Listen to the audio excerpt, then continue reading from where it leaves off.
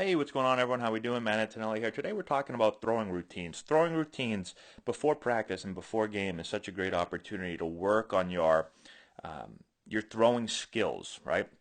But not just your throwing skills, which oftentimes aren't practiced enough, right? Sometimes when players are throwing to get ready for a game, they think of that as a warm up and not as a training period, right? They just think, all right, let's get my arm loose. Okay, it's loose, it feels good, let's go play.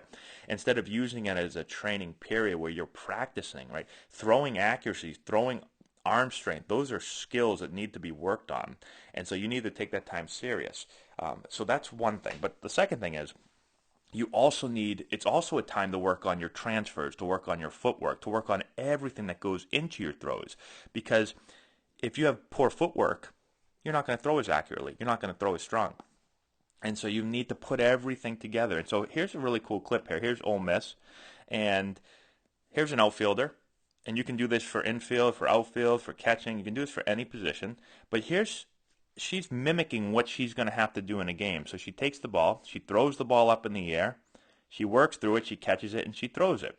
Now, this might seem really simple, right? But think about how many times playing catch you literally just catch the ball, take it out of your glove. Maybe you're talking to her. Hey, what you do last night? Oh, what you have for breakfast today? Oh, that's cool. What you watch for TV? Awesome. And then you step and you throw. And you do that for 5, 10 minutes. Okay, so that's one person. Now the other person, once they get their arm loose, they go into this and they start working on this right here. Game specific stuff, whether it's over the head catches, they pretend like they're picking a ball up off the ground and throwing a runner out at the plate to win the game. Who's going to improve? Who's going to get a ball in the game and feel more comfortable if I practice this every day? Right? And you don't have to do this every single throw, but what I usually recommend, and we usually have a system where, when we start close, we just throw.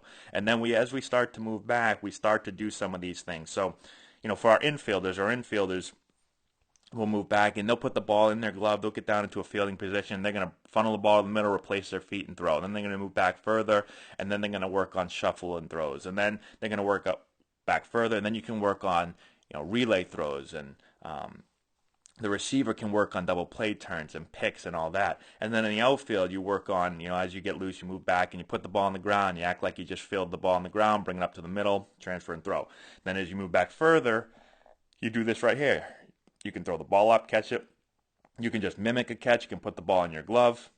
The key is you want to work on having the ball starting in your glove, because then you have to work on the transfer. So whether you want to throw the ball up and catch it and transfer, or just put the ball in your glove and transfer, the key is if the ball's in your glove, then you have to transfer. What you don't want to do, what a lot of players do, is they take the ball out of their glove, and that's when they're usually talking to someone, or they're not even talking, they're just kind of going through the motions, and then they throw, but it's not a quick transfer and throw, right? In a game, it's going to have to be a quick transfer and throw.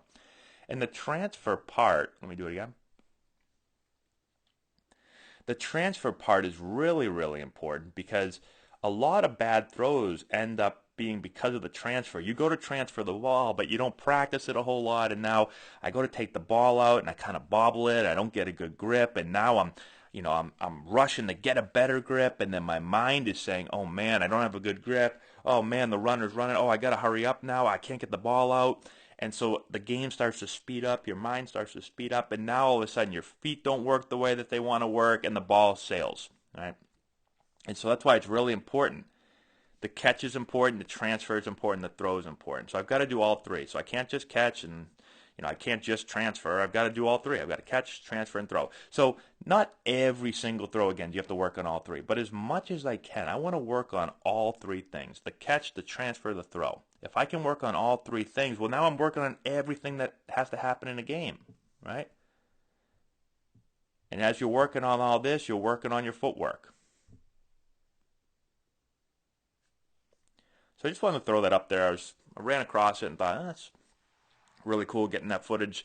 I can send it over to everybody. So let me know if you have any questions in the comment section below. Let me know when you're warming up, if you do anything like this. Maybe you do something even more creative. Maybe you do something better than this. Put in the comment section below so I can learn. Subscribe to the channel, hit the notification bell, share the video with all your friends, all that good stuff. And we will talk to you later.